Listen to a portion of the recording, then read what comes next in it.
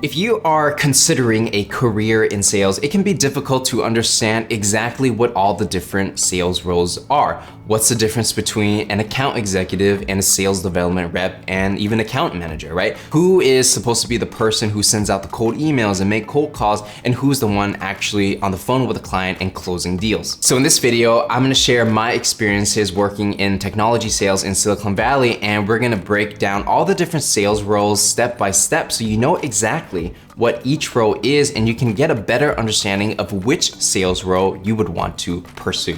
And you wanna make sure you watch this video until the end, because if you are seriously considering a career in sales, this is gonna be one of the easiest ways to learn exactly what sales actually is when you start working in technology or larger organizations.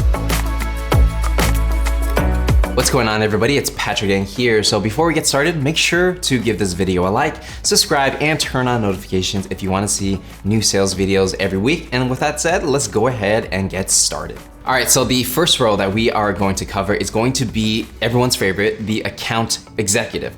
So if you ever watch any YouTube videos where people are talking about, let's say, closing deals, chasing clients and things like that, that's probably the account executive role, right? That's what they're referring to. Now, an account executive is essentially someone who works at a company, right? And they represent the company, and it's their job to talk to the client and basically turn a total stranger into a paying customer, right? So they're the one that actually handles the sales process and takes a customer through the sales cycle. They're the ones that have a relationship with the potential customer. And in the end, they're gonna be the ones that do the presentation, do any type of pitching, negotiating, and then eventually closing the deal. So when I started my sales career, I actually started as an account executive working at Oracle, and then later I joined a startup also as an account executive, right? And what I can say about, being an account executive is essentially you are like the quarterback of a deal, right? Because when you're doing larger deals, let's say you're selling, expensive software to a hospital with 1,000 employees. Well, to actually sell that software or whatever it is that you're selling, they're not gonna buy it in one call. Usually you have to have multiple calls. Maybe a deal might take a few months, even half a year, sometimes even a whole full year to close one deal with a large organization. And that's just how it works when you're dealing with big companies, right? And so as the account executive, I was the one, and any account executive is the one that has the main relationship with the customer, right? So you're gonna be dealing with all the directors, the VPs, the CEO, right? Whoever has to actually sign off and make a decision, you wanna make sure as an account executive, you have a relationship with them so that anytime they have any concerns or problems, or if they wanna see a presentation, they know they can come directly to you, and you're the main point of contact.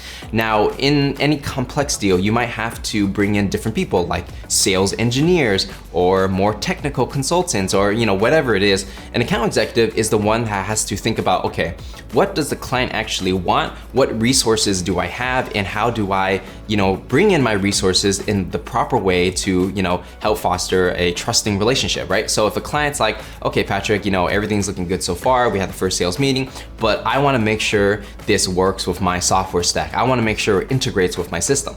Well, as an account executive, I may not be the most qualified to talk about the technicality of a product, right? Because I'm more of the relationship person.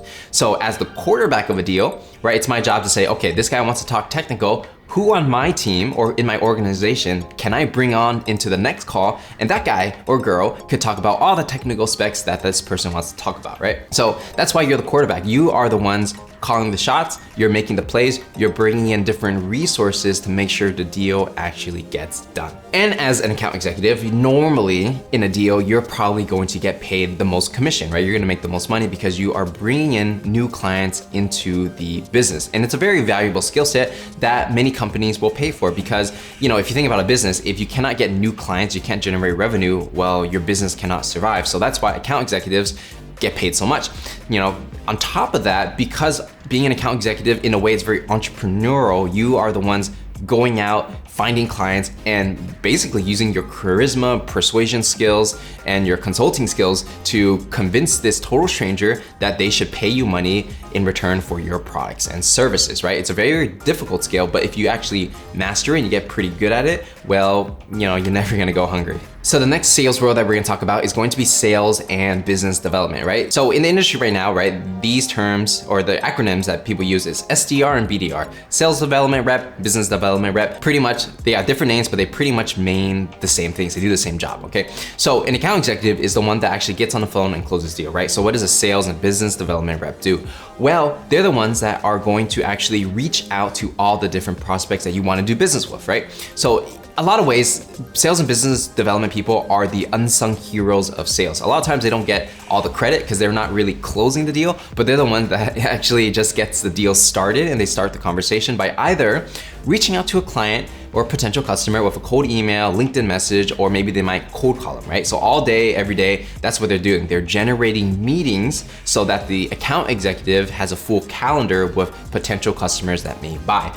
But as you can see, before account executives actually get on the phone, somebody has to generate that meeting somehow, and that's what a sales and business development rep does. So day-to-day activities of a sales and business development rep, well, you're doing your research, you're finding potential clients, you're building a list, you're sending out cold emails, cold calling, sending cold messages, you know, getting on the phones with clients. Maybe you might talk to them for 10, 15 minutes to make sure that they have the budget to buy, or if they're even just qualified in general to buy. And then from there, if the prospect is qualified, that sales or business development person will pass the lead onto the account executive, and then the account executive will start their sales process. So that's pretty much a sales and business development rep. Usually that's an entry-level role where, you know, anybody can do it even if you don't have any experience, as long as you can do the research, write emails or cold call or whatever works in that particular industry for that specific sale. And then from there, a sales and business development person can move up into the account executive role if that's what they want to do. And usually like an SDR or BDR, they work very closely with the account executive, right?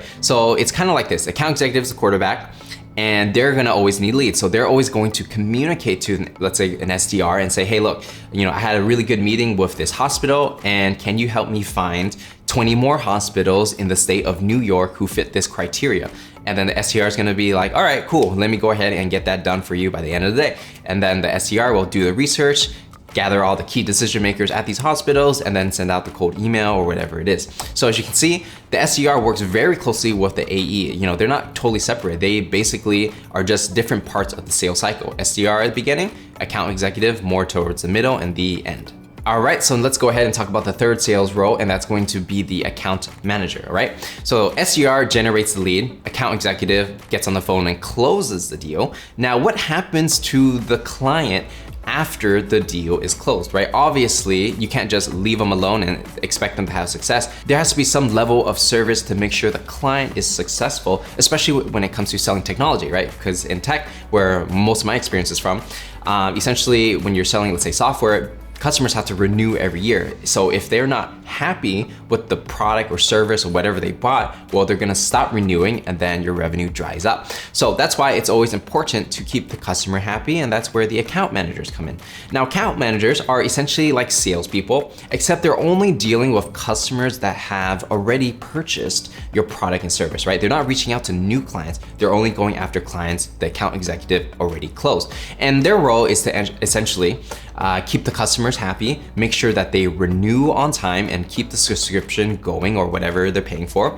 And if there's opportunities for the client to, let's say, upsell or like to purchase more products from your company, well, the account manager might be the one who handles those upsells, right? Or cross sales or down sales or whatever type of sale, right? If you're trying to just sell more stuff to the client you already have, that's the account manager's job. So essentially, their job is to keep the customers happy and continue to generate revenue with that client. Now, why it's so important to have account managers, right? Well, you would think that account executives are the most important because they bring in net new revenue. However, the revenue or the money that a company actually makes, especially in technology, isn't always made upfront from what the account executive closes. Actually, a lot of times, majority of the money is made after the deal is closed, right? Because let's say you sign a client, they sign a 1-year contract, the account executive gets paid, you know, I don't know, 30% for whatever that thing is. And that might be a lot of money.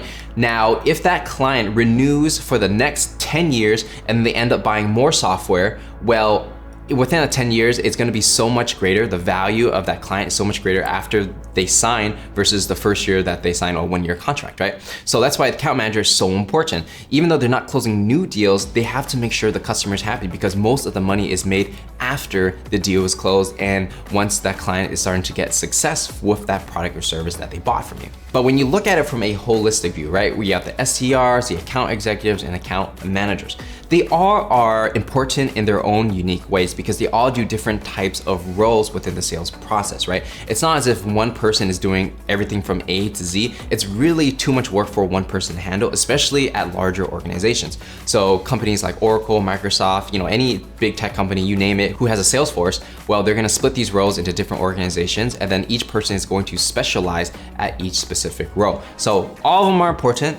But when you start to think about like which one you want to do in your sales career, you just want to think, what do you want to do? Well, actually, if you're starting your sales career, most people have to start out as an SDR or a BDR, generating leads first, and then you start having the options to either be an account executive, an account manager, or customer success, or any other type of sales role. So you start as SDR, and then you start deciding, okay, like which one fits best with your personality. So let me know in the comments, based on everything I said so far, which role do you feel fits best for you? Because I'm always curious to know what you guys think in the comments. And if you enjoyed this video, make sure to give it a like, subscribe, and turn on notifications if you want to see more videos like this. And one more thing, I got a free training on how to sell anything to anyone. Check the link in the description to check that out. With that said, my name is Patrick Dang, and I will see you guys in the next one.